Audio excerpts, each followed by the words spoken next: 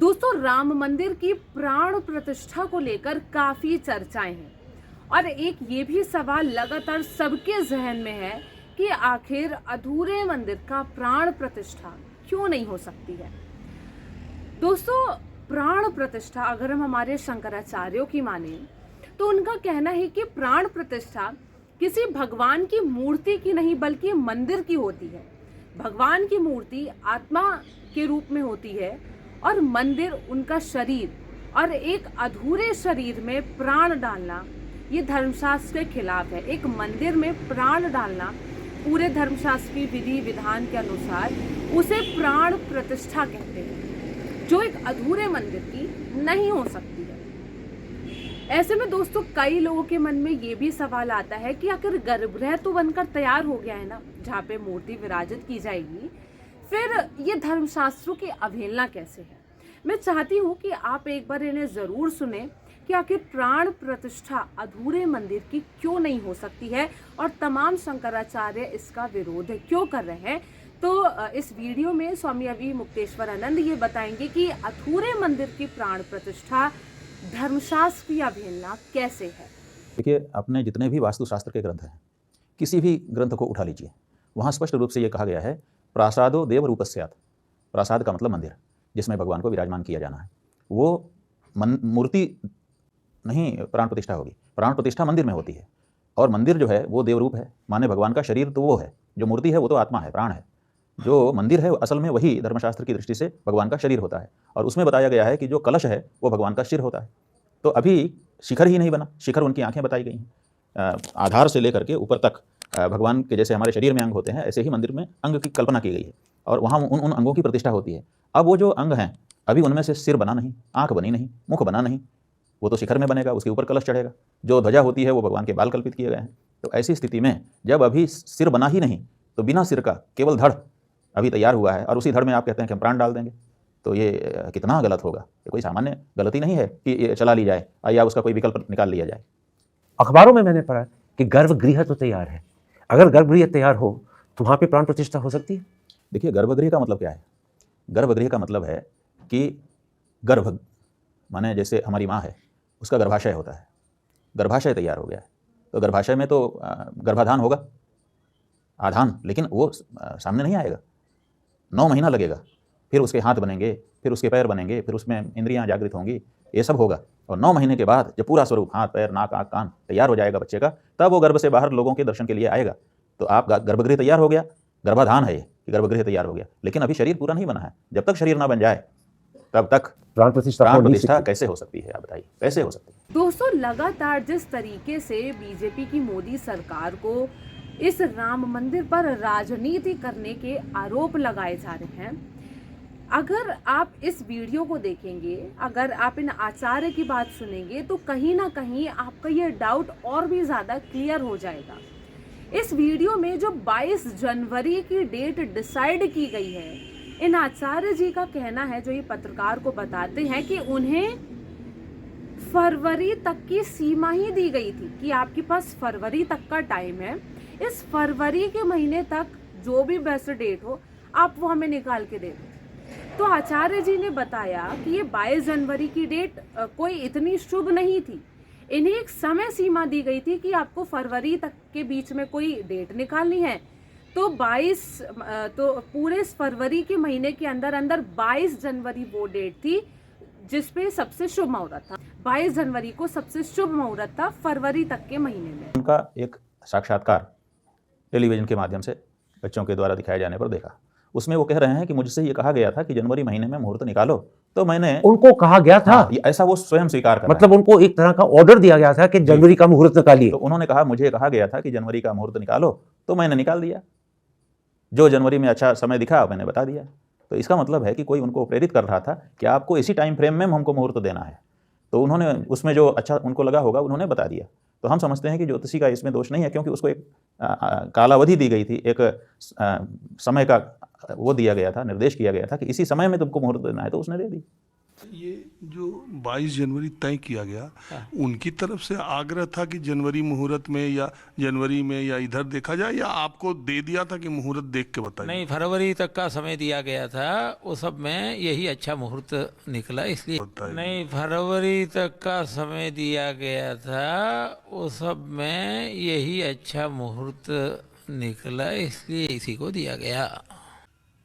फरवरी तक ही है? नहीं, फरवरी तक में आप देखिए कहा गया था शंकर, नहीं, फरवरी तक में आप देखिए कहा गया था शंकराचार्य जी के जोर से, लेकिन वो नहीं मिलता है बताया गया, इसलिए जनवरी में ही उसका समापन हुआ। तो सुना अपने दोस्तों किस तरीके से आचार्य जी ने इस बात का खुलासा किया कि उन्हें पहले से ही एक लिमिट दे दी गई थी, उन्हें पहले से ही एक समय सीमा दे दी गई थी कि आपको जो भी मुहूर्त निकालना है फरवरी से पहले पहले ही निकालना है। इस बात का मतलब क्या होता है? आचार्य जी का ये कहना है कि उन्हें फरवरी तक की समय सीमा ही दी गई थी और इसीलिए इस फरवरी के महीने तक में जो भी बेस्ट मुहूर्त, जो भी सबसे शुभ मुहूर्त रहा है वो 22 जनवरी का था, इसीलिए ये 22 जनवरी का मुहूर्त डिसाइड किया गया। अब सवाल ये पैदा होता है कि आखिर इतने बड़े प्राण प्रतिष्ठा समारोह के लिए फरवरी की समय सीमा को डिसाइड क्यों किया गया? इससे दोस्तों ये साफ हो जाता है कि कहीं ना कहीं इस पूरे राम मंदिर के नाम पर राजनीति हो रही है। ये इस बात का प्रमाण है कि कहीं चुनावी लाभ ना आपके हाथ से निकल जाए, इसी वजह से इतनी जल्दबाजी की जा रही है। दोस्तों, जहां इस प्राण प्रतिष्ठा समारोह में बड़े बड़े एक्टर एक्ट्रेसेस जो है बॉलीवुड सेलिब्रिटीज और बड़े बड़े पॉलिटिशियंस, स्पोर्ट्स पर्सन्स को यहाँ पे इनवाइट किया गया है, लेकिन आपको ये सुनकर हैरानी होगी कि धर्मशास्त्र के सर्वोच्च ज्ञाताओं को ही निमंत्रण नहीं मिला है। जी हाँ दोस्तों, आपको ये सुनकर हैरानी होगी कि अभी तक स्वामी अभिमुक्तेश्वरानंद जी को ही इस मंदिर के प्राण प्रतिष्ठा समारोह का निमंत्रण ही नहीं मिला है। और दोस्तों, इससे भी ज्यादा हैरानी वाली बात यह है कि एक दूसरे शंकराचार्य स्वामी सदानंद सरस्वती जी को इस समारोह का निमंत्रण मिल चुका है, हालांकि उन्होंने जाने से मना कर दिया है, वो बात दूसरी है। अब दोस्तों, यहाँ पे सवाल ये पैदा होता है कि क्या अब इस इतने भव्य मंदिर के प्राण प्रतिष्ठा समारोह के निमंत्रण को लेकर भी राजनीति होगी कि एक शंकराचार्य को बुलाया जाएगा और दूसरे को नहीं? हमने किसी आमंत्रण को रिफ्यूज नहीं किया। सच बात यह है कि हमें आमंत्रित ही नहीं किया गया अभी तक। अभी तक आपको इन्विटेशन नहीं मिला? जी, इसलिए हमारे ऊपर ये कोई आरोप नहीं लगा सकता कि हमने आमंत्रण ठुकरा दिया। इसकी वजह क्या हो सकती है कि उन्होंने अभी तक आपको इन्विटेशन नहीं दिया? ये तो उन्हीं से पूछा जाना चाहिए जो लोग आमंत्रण पत्र बांट रहे हैं। ये उनसे पूछा जाना चाहिए कि क्यों नहीं भेजा। सिर्फ आपको नहीं भेजा, ये दूसरे 3 शंकराचार्यों को भी नहीं भेजा? नहीं, हम उनके बारे में कैसे कुछ कहें, अपने बारे में हम कह सकते हैं, वो कह रहे हैं। दोस्तों, आपकी जानकारी के लिए बता दूं कि पहले भी काशी कॉरिडोर के लिए जब लगातार हिंदू धर्म के काफी पौराणिक और प्राचीन मंदिरों को तोड़ा जा रहा था, तब भी स्वामी अभिमुक्तेश्वरानंद जी ने इन मंदिरों को तोड़े जाने को लेकर मोदी सरकार के खिलाफ आवाज उठाई थी। और शायद यही वजह है कि आज पर्सनल खुन्नस निकाली जा रही है शंकराचार्यों को निमंत्रण भेजने के लिए और ना भेजने के लिए। आ रहा है, जैसे हमारी क्लिप दिखाई जा रही है कि हम नरेंद्र मोदी को कह रहे हैं कि गलत हो रहा है। वाराणसी के चुनाव में उनके विरुद्ध हमने एक संत को खड़ा किया था। ये बात सही है, जब वाराणसी में इन्होंने मंदिर तोड़े थे और बहुत ही बुरी तरह से तोड़े थे, बेदर्दी से तोड़े थे, और वो मंदिर छोटे मोटे मंदिर नहीं थे, पुराणों में उनका वर्णन था, और हजारों साल से उनमें मूर्ति पूजा भगवान की हो रही थी। उन मंदिरों को और मंदिरों में स्थित मूर्तियों को तोड़ करके मलबे में फेंका जा रहा था। ऐसे दृश्य को देख करके स्वाभाविक है कि कोई नहीं रह पाएगा। देखिए, हम लोग औरंगजेब से क्यों घृणा करते हैं?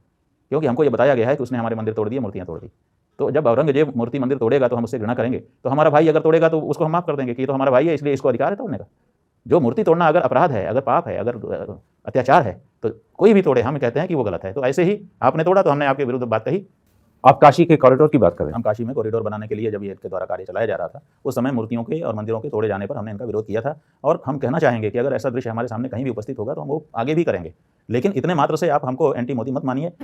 स्वामी अभिमुक्तेश्वरानंद जी का ये कहना है कि अगर उन्हें ये निमंत्रण मिलता है तो वो इस भगवान के निमंत्रण को ठुकराएंगे नहीं, वो उसका अपमान नहीं करेंगे। वो अयोध्या तो जाएंगे लेकिन प्राण प्रतिष्ठा कार्यक्रम में शामिल नहीं होंगे। क्योंकि वो अपनी आंखों के सामने धर्मशास्त्र की अवहेलना होते हुए नहीं देख सकते, क्योंकि ये उनके धर्म की, उनके शास्त्रों की कुछ सीमाएं हैं। आपकी स्क्रीन पर ये वीडियो। Also true. अगर हमको आमंत्रित किया जाता तो हम आमंत्रण भगवान के दरबार से आता तो हम अयोध्या तक तो जाते, लेकिन कार्यक्रम में सम्मिलित नहीं हो सकते थे, ताकि आमंत्रण का सम्मान भी हो जाए। क्योंकि भगवान के यहाँ से कोई आमंत्रण आ जाए तो शिष्टाचार ये नहीं कहता है कि उसको रिफ्यूज कर दो, उसको ठुकरा दो, तो हम वहाँ तक तो जाते, अयोध्या तक कि हम देखिए आपके आमंत्रण पर आए हैं, लेकिन हम कार्यक्रम में सम्मिलित नहीं हो सकते, क्योंकि हम अपनी सामने अधर्म होता हुआ, अशास्त्रीय कार्य होता हुआ नहीं देख सकते।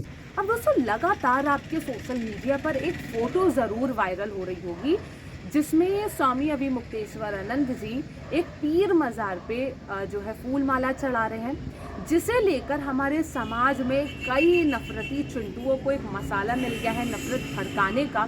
दोस्तों, लगातार इस फोटो के आधार पर समाज में नफरत फैलाई जा रही है। अब आपको ये जानना ज़रूरी है कि आखिर इस फोटो के पीछे कहानी क्या थी, इस फोटो की सच्चाई क्या है, ताकि आप भी उन लोगों की कैटेगरी में आने से बचें जो इस फोटो के नाम पर हिंदू मुसलमान करके या सनातनी हिंदुओं को भड़काने का काम कर रहे हैं। हम रामदेव पीर नाम के एक संत हैं जिनके बारे में करोड़ों लोगों की आस्था है। तो जब हम राम सेतु की रक्षा का आंदोलन चला रहे थे, उस समय एक अरविंद स्वामी नाम के व्यक्ति थे, वो हम लोगों के संपर्क में आए और उन्होंने बड़ा सहयोग किया उस आंदोलन में। पुरी के शंकराचार्य जी महाराज और हमारे ब्रह्मनिंद गुरु जी महाराज भी थे, रामलीला मैदान में हम लोगों ने बड़ी रैली की थी, तो उन्होंने सहयोग किया। और बाद में उन्होंने कहा कि हम एक ही चीज़ इसके बदले में आपसे मांगना चाहते हैं कि आप लोग हमारे आश्रम में आइए। तो उन्होंने दिल्ली में एक आश्रम बना रखा है और रामदेव पीर की समाधि का प्रतिरूप बना करके उसमें पूजा आरती करते हैं वो। तो वहाँ हमको ले गए थे, पुरी के शंकराचार्य जी महाराज भी गए थे और दूसरे अन्य अनेक प्रतिष्ठित संत महात्मा भी वहाँ गए थे। वहीं का वो चित्र है। जब हम अजमेर शहर ही नहीं गए तो अजमेर शरीफ कैसे जाएंगे? एक बात। अब आगे हमने कार्यक्रम बनाया है, हम राजस्थान के हर जिले में जा रहे हैं, तो अजमेर भी जाएंगे, लेकिन अभी तक अजमेर शहर ही जाने का हमको मौका नहीं मिला है, इसलिए अजमेर शरीफ पहुंचना तो संभव नहीं। अगर हम ये कहते हैं, हम तो किसी भी दरगाह में अभी तक नहीं गए हैं, लेकिन अगर हम चले भी जाएं, हमारे देश की वो धरती है जिसमें वो स्थान बना हुआ है और बहुत सारे लोग जाते भी हैं, अगर हम किसी कारण से किसी समय चले भी जाएँ तो उतने से हम मुस्लिम तो नहीं हो जाएंगे, उतने से हम मुस्लिम को समर्थन करने वाले तो नहीं हो जाएंगे। ये देखना पड़ेगा ना कि किस कारण से गए थे। तो हमारे प्रधानमंत्री जी, जिनको हिंदू हृदय के लोग बड़ा हिंदू मान रहे हैं, इस समय तो शंकराचार्यों से बड़ा हिंदू मान रहे हैं, चंपत राय के शब्दों में तो वो तो साक्षात विष्णु ही हैं, जो स्वयं वो मजार में गए हैं कि नहीं? हमने वीडियो देखे हैं उनके, वो जाकर के चादर चढ़ाते हैं कि नहीं? अजमेर शरीफ के लिए हर साल चादर भेजते हैं कि नहीं? और बिहार में वो स्वयं गए थे कि नहीं? वहाँ चादर चढ़ाई थी नहीं? तो केवल चादर चढ़ा देने से, केवल वहाँ पर खड़े हो जाने से, केवल श्रद्धा समर्पित कर देने से क्या नरेंद्र मोदी जी मुस्लिम हो गए या मुस्लिम समर्थक हो गए? ये तो नहीं कहा जा सकता। तो ऐसे ही अगर शंकराचार्य जी किसी कारण से कहीं चले भी जाएं तो इतनी जल्दी उनके ऊपर उंगली उठा देना कि ये गलत है, ये देखिए, तो ये सब प्रचार का और छवि को बिगाड़ने का तरीका है। राम मंदिर के प्राण प्रतिष्ठा समारोह को लेकर इतनी जल्दबाजी से कई सारे सनातनी हिंदू नाराज हैं। इसे लेकर स्वामी अभिमुक्तेश्वरानंद जी का ये कहना है कि इस मंदिर की इतनी जल्दबाजी में, इतनी हड़बड़ी में ये जो उद्घाटन हो रहा है, इससे सिर्फ 25% वो ही राजनीतिक हिंदू खुश हैं जो इस मंदिर को सिर्फ राजनीति के रूप से देख रहे हैं। बाकी बच्चे 75% जो असल में राम को मानते हैं, जो असल में सनातनी हिंदू हैं, वो इस हड़बड़ी के, इस जल्दबाजी के, आधे अधूरे मंदिर के उद्घाटन से, प्राण प्रतिष्ठा के समारोह से नाराज हैं। कि केवल हमारे लिए नहीं, ये हम जैसे करोड़ों करोड़ सनातन धर्मियों के लिए, इस देश में जो हिंदू हैं उनमें 80% से अधिक सनातन धर्मी हैं। राजनीतिक हिंदू तो थोड़े हैं जो राजनीति के हा हा हा करते हैं, हल्ला मचाते हैं, नारा लगाते हैं। आप देखिए, जो भारतीय जनता पार्टी के अध्यक्ष हैं, अध्यक्ष थे, अब गृह मंत्री हैं हमारे अमित शाह जी, उन्होंने प्रेस के सामने बताया था कि मैंने मिस कॉल दे करके लोगों को जोड़ा है और 10 करोड़ से ज़्यादा हमारे सदस्य हो गए। तो 10 करोड़ सदस्य भाजपा के हो गए, अब 15 करोड़ मान लीजिए।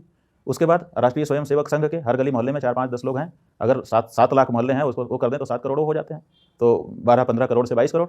उसके बाद जो इनकी सहयोगी संस्थाएं हैं उनके सदस्यों को गिन लीजिए, वो भी कितना जाएंगे, तो 25-30 करोड़ में सब सिमट जाएंगे। अगर हम ज़्यादा से ज़्यादा मैक्सिमम यूनिट गिने तब भी, तो 100 करोड़ हिंदू है देश में, उसमें से 25 करोड़ अगर इस तरफ भी चला गया है, इनके साथ हो गया है, तो 75 करोड़ हिंदू कौन है? वो सनातन धर्मी है। क्योंकि सनातन धर्मी नेतृत्व नहीं है देश में, क्योंकि सनातन धर्मी सोचते हैं कि ये पछड़ा है राजकाज, कौन रिप हो यमई का हानि चेरी छोड़े भोग की रानी, इसीलिए वो लोग इसमें नहीं आते। तो आप उनको भी गिन करके अपने आप को 100 करोड़ कहते, वो जो 75 करोड़ हैं वो दुखी हैं, क्योंकि वो शास्त्र के अनुसार चलना चाहते हैं, वो आस्थावान लोग हैं और शास्त्र के प्रति समर्पित लोग हैं। तो केवल जो राजनीतिक हिंदू हैं वो खुश हैं जो शास्त्र को मानने वाले, सनातन धर्म को फॉलो करने वाले, उसके अनुसार अपना जीवन बिताने वाले हिंदू हैं, उनके लिए तो ये दुख की ही घड़ी है। तो इसलिए प्रसन्नता तो हम लोगों को उतनी नहीं हो रही है। हमारी वो जनता जो सच में राम को अपने आराध्य के रूप में देखती है, अपने भगवान के रूप में देखती है, उन सनातनी हिंदुओं के लिए ये आधे अधूरे मंदिर का प्राण प्रतिष्ठा होना उनकी धार्मिक भावनाओं को आहत कर रहा है। इस हड़बड़ी के उद्घाटन से सिर्फ वही लोग खुश हैं जो राजनीतिक हिंदू हैं, जो मंदिर के नाम पे राजनीति कर रहे हैं और चुनावी लाभ अपने हाथ से नहीं जाने देना चाहते हैं।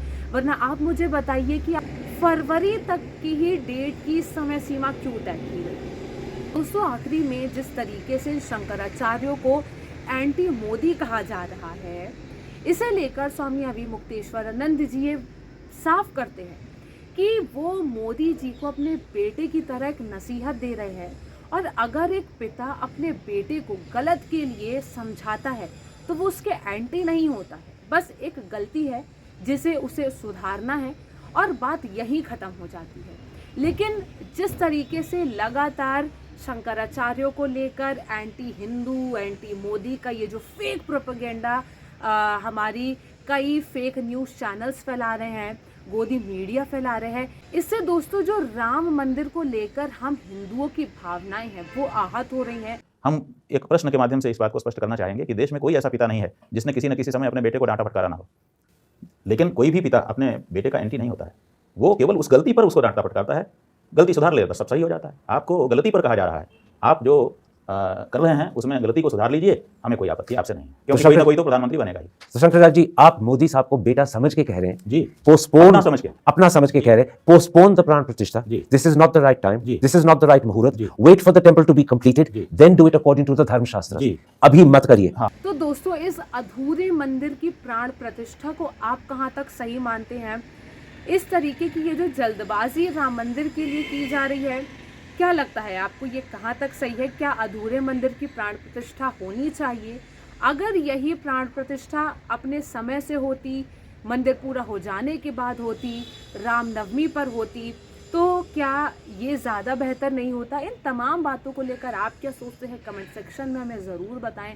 तब तक के लिए मुझे दीजिए इजाज़त, नमस्कार।